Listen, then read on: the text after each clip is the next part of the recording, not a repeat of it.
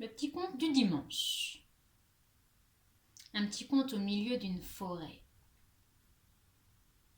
Au milieu de cette forêt, un carrosse. Un carrosse arrivait à un carrefour. Allez à droite, allez à gauche. Le cocher est perdu. Dans ce carrosse, un marquis énervé. Cocher, que fais-tu? Dépêche-toi d'avancer! Il fait nuit, ça fait longtemps qu'ils sont partis. Il fait froid. Les chevaux sont fatigués. À l'intérieur du carrosse, en face du marquis, est assise une petite servante, calée entre deux grosses valises. Le carrosse doré, à la lumière des rayons de la lune, brille comme un petit soleil au cœur de la nuit de la forêt. Il brille autant que les yeux des brigands qui l'ont vu, juché au sommet des arbres. Ils attendent encore un peu, on n'y va pas, et c'est parti, les voilà qui descendent, se glissent entre les fougères, s'approchent au plus près. Quand leur chef leur hurle, dit allez. À cet instant, la petite servante a juste le temps d'ouvrir la porte, d'aller se faufiler entre les roues du carrosse et rester là, cachée, à attendre, à écouter. Elle entend des cris. Elle entend le cliquetis des armes. Quand le silence se fait, elle sort de sa cachette. Regarde.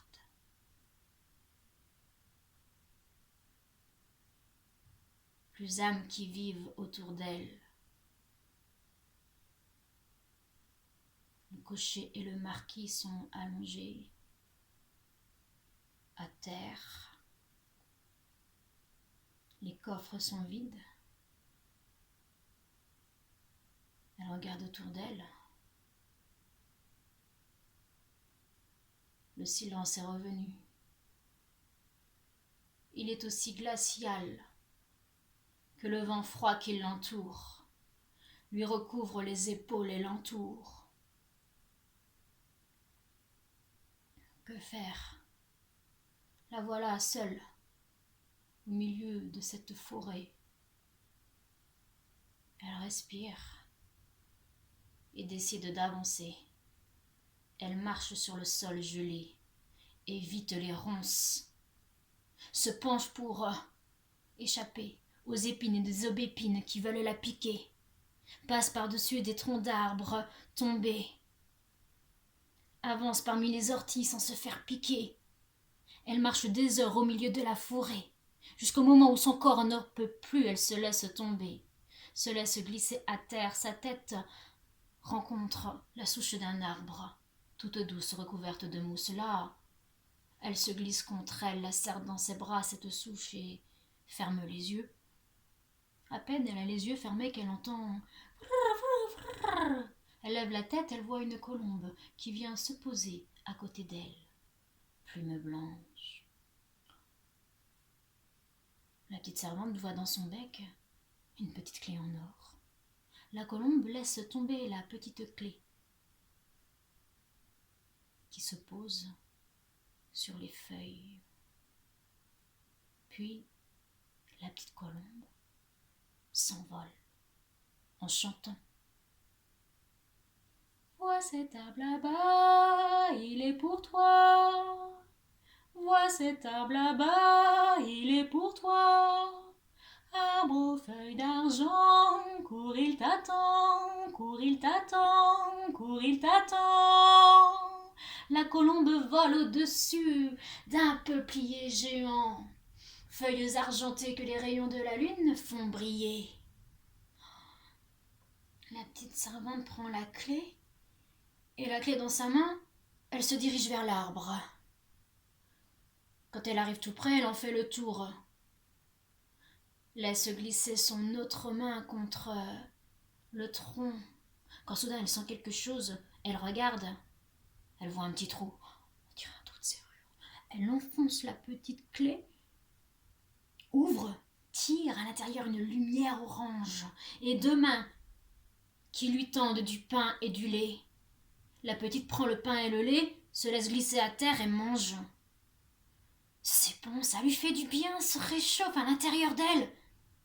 Quand elle a fini de manger, elle relève la tête. La porte s'est refermée. Le petit trou a lui aussi disparu.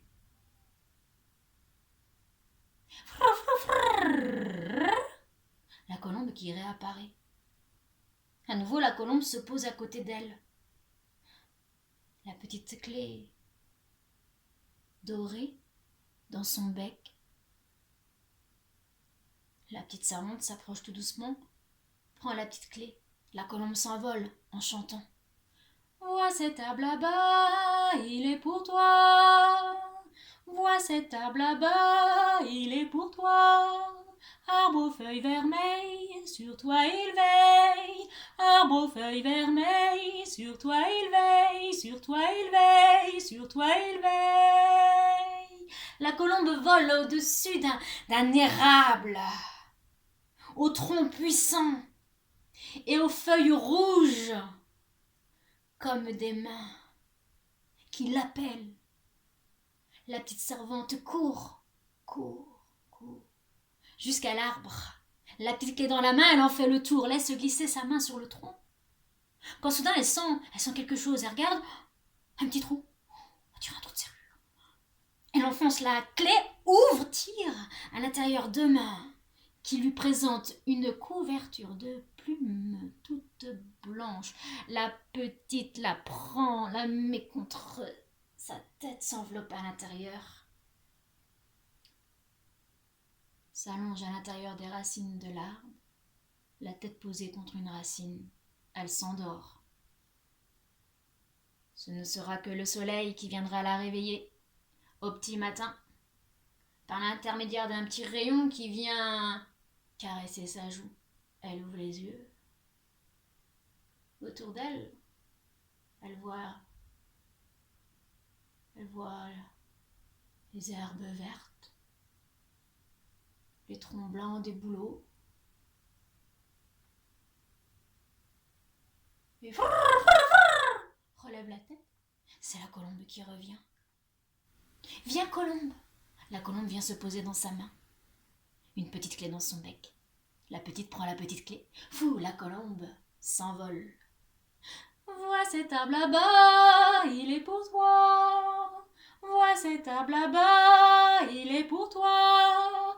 Arbre aux feuilles d'or, il n'est pas mort, il n'est pas mort, il n'est pas mort. Colombe vole au-dessus d'un grand tilleul dont les feuilles toutes jaunes brillent à la lumière du soleil. La petite court jusqu'au tilleul. Elle fait le tour du tronc en laissant glisser sa main. Elle sent un petit trou, elle regarde. Un petit trou, on dirait un petit trou de serrure. Elle enfonce la clé, tourne, ouvre. À l'intérieur, deux mains qui lui présentent une peau de bête toute chaude. La petite met la peau sur ses épaules. Cette peau, elle ne la quittera jamais. La gardera longtemps, très longtemps, si longtemps que même la peau grandira avec elle, tandis qu'elle deviendra une jeune fille sauvage qui n'a pour amie qu'une colombe qui lui apprendra à reconnaître les herbes, à reconnaître les baies qu'elle peut manger, les champignons qu'elle peut toucher. Ce matin-là, elle était agenouillée en train de ramasser des châtaignes quand elle a senti Colombe arriver. Colombe allait dans tous les sens. Viens là, Colombe. La colombe s'est posée au creux de sa main. Qu'est-ce qui t'arrive?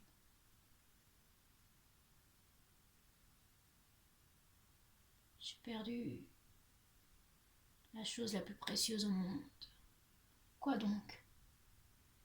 J'ai perdu une petite bague. Une petite bague.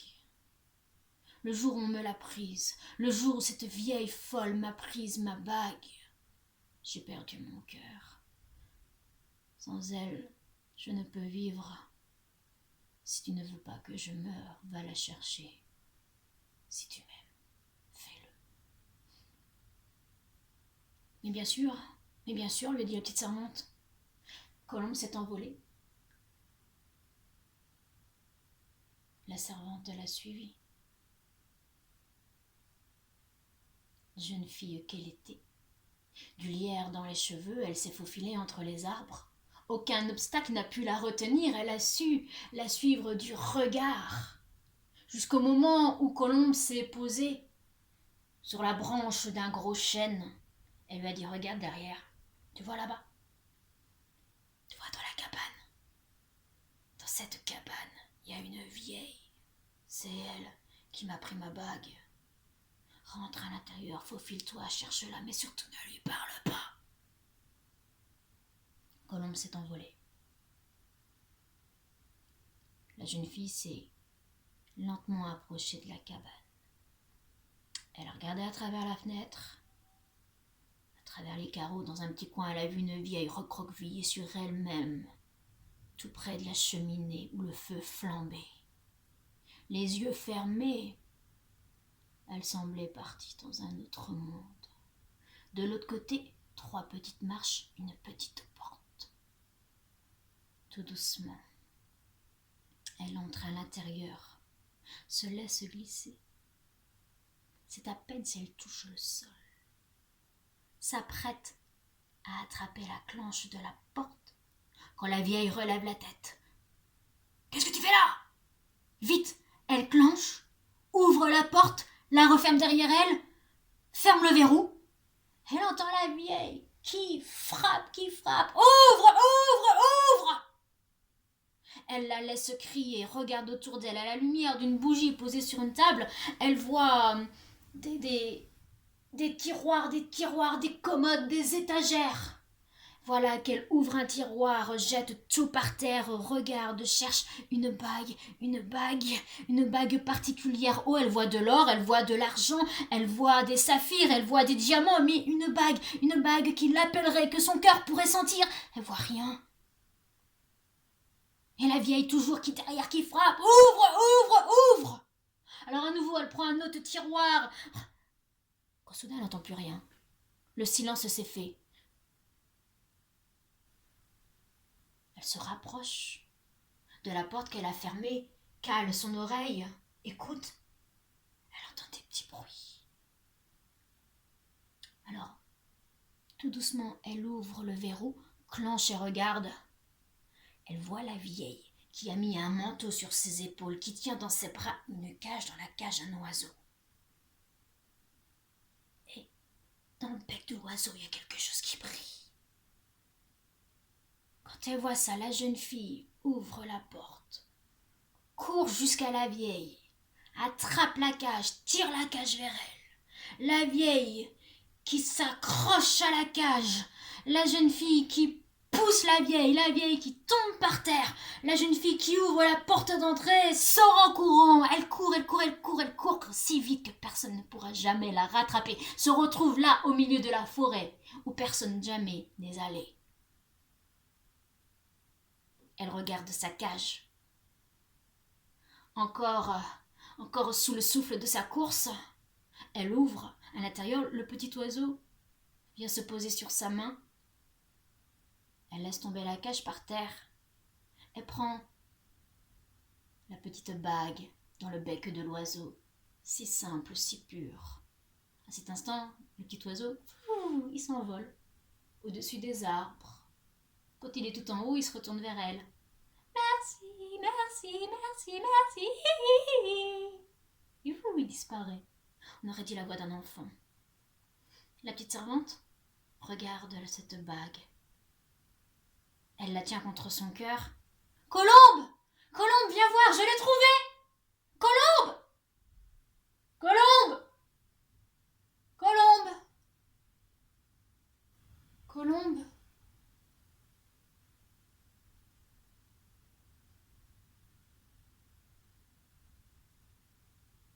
Elle s'adosse contre le tronc d'un arbre. Fatiguée. Oh, c'est tout doux, il y a de la mousse, ça lui fait du bien. Et puis, les branches de l'arbre l'entourent, la réchauffent.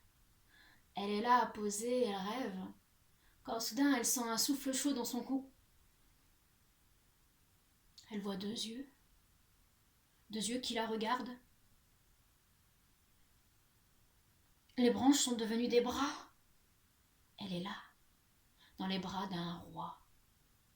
Ce roi lui dit « Merci, tu m'as délivré du mauvais sort qu'on m'avait jeté. Tantôt j'étais arbre, tantôt j'étais colombe. Mais homme, je ne l'étais plus. Grâce à toi, je le redeviens. Merci. » Elle a plongé ses yeux dans ses yeux à lui. Elle y voit tant de douceur, la même douceur qu'elle pouvait voir quand elle plongeait les yeux dans les yeux de sa colombe. Une douceur qui ne la quitte pas.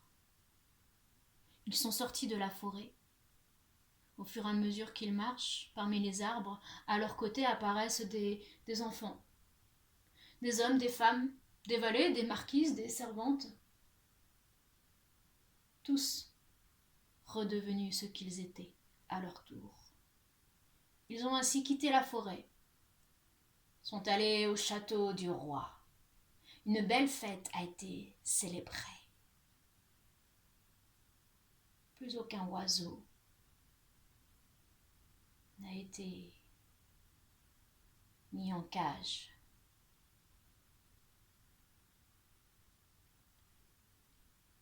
On dit que s'ils ne sont pas morts, cette jeune fille, ce roi, y sont encore.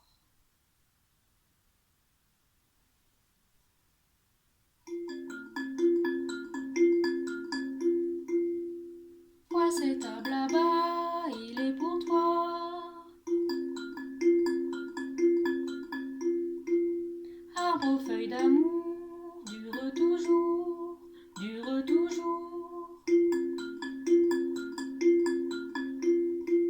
Vois cet arbre là-bas, il est pour toi. Arbre aux feuilles d'amour, dure toujours, dure toujours, dure toujours.